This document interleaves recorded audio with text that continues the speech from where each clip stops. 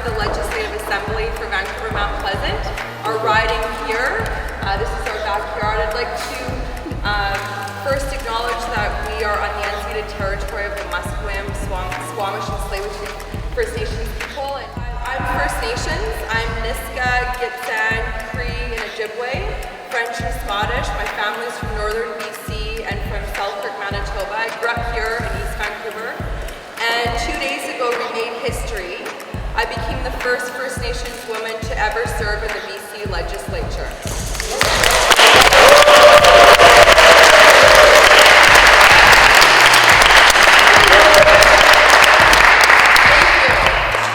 Now, that is something, as you can appreciate, when you are overcoming adversity, when you are fighting barriers, systemic barriers, it is a fight.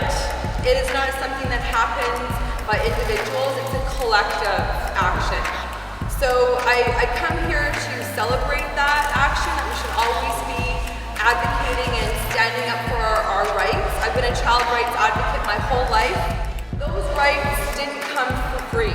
They came at great sacrifices, and the fight is not over. When there was mention from our sister earlier about celebrating Black History Month, that's an amazing achievement, just like all of the achievements of having people that become first. I grew up in the Skeena Projects, we call it the hood, some people call it the ghetto, depending on what you want to call it. But it was where I had my place of belonging. So I'll leave it at that. Thank you again for all of the opening and all the speakers. My name is Yassine, and Vincent is my friend. We work on the United Black Canadian Community Association.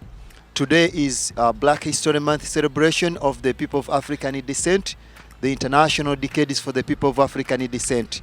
We are here at the shrine to pay back the memories for the Jimi Hendrix and the members of the Black community. Nora Hendrix, the Vice Chicken and Steak House, which was the famous first restaurant here in Vancouver, and of course to celebrate the legacy that Hoganizale, which was a thriving Black community, destroyed as the construction of the viaduct in 1972. So it is very, very important, as you can see, that the city of Vancouver, Mayor Robertson Gregoire and Councillor Jeff Meggs and the council, they voted to tear down the viaduct, and new opportunities are coming. Housing, there will be housing, affordable housing, and there will be new opportunities for recognizing the Hoganizale, for the destruction of Hoganizale by the Non-Partisan Association. And now we're gonna go inside the restaurant where famous artists used to come here and eat fried chicken in. The Nora Hendrix, the grandmother, used to cook for them.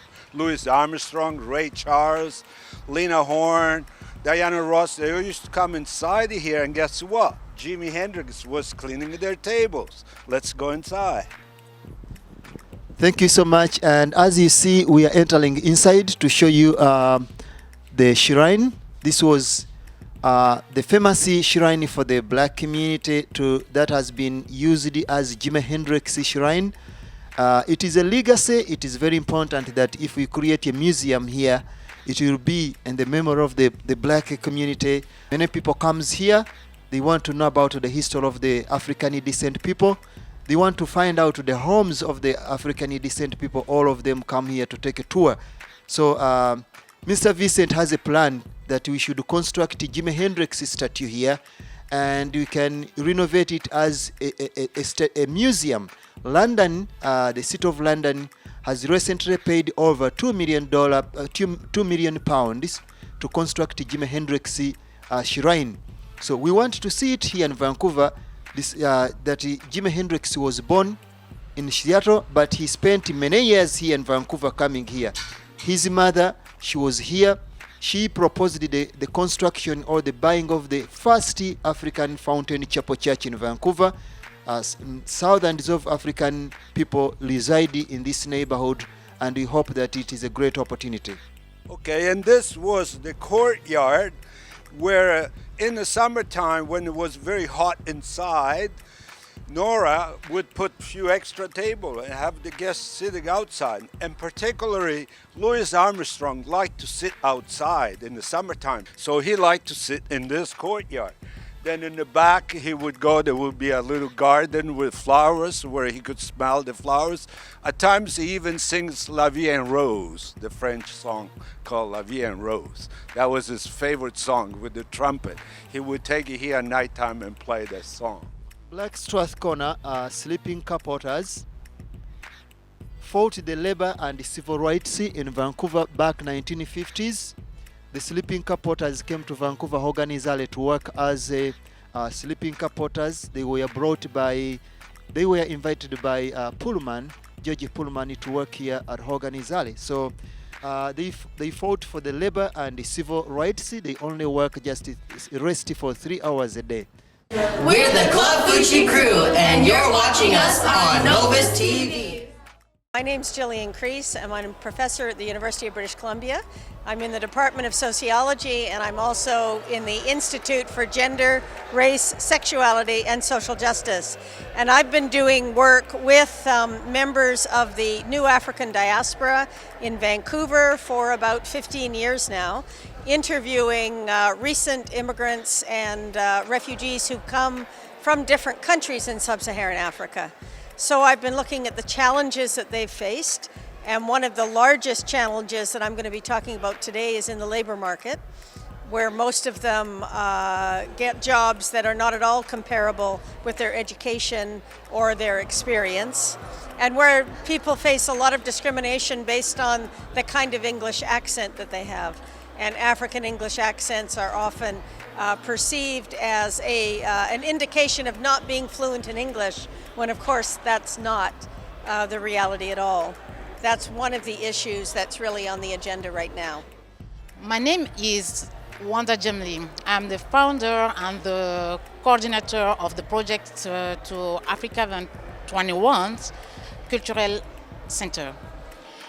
Today is a great day for us because it's our first time to be involved in one project with the same goals. The goal is to have here in Vancouver the Cultural Center for the African people, the African immigrant people, or the descendants of African people.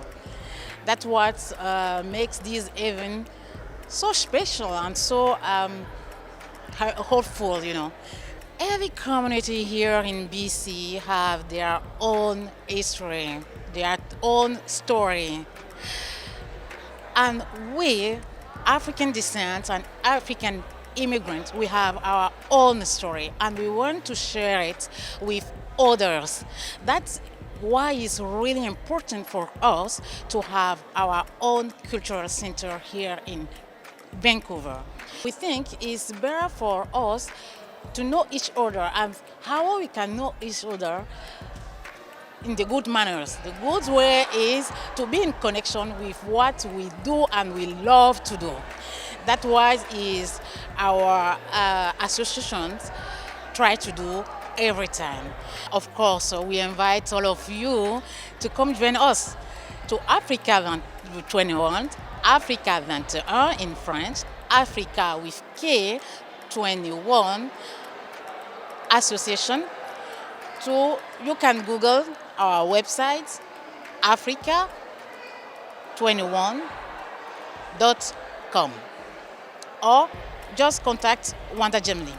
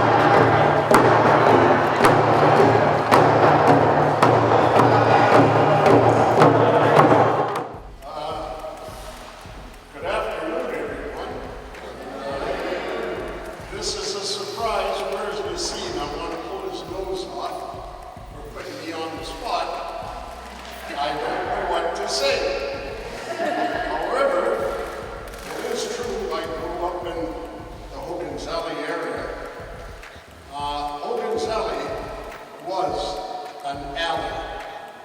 It really was. You had a street here, you had Pryor Street there, and there is an alley. And it was a very vibrant alley. There was no traffic other than foot traffic. However, cars did come down because it was a T alley.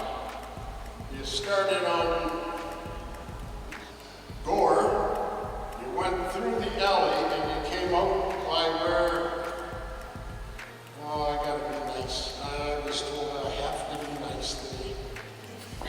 There's a shrine there on one street to Jimi Hendrix, and that's where the alley came out. And we need to continue to do that, and that's where it becomes absolutely critical to be vigilant, and to continue to be vigilant, and to continue to demand that everybody be treated with respect, and that everybody get the opportunities, the chance to grab opportunities and make the most of it. And that's not a reality. You know, as I said, I grew up here in Raymer Housing Project.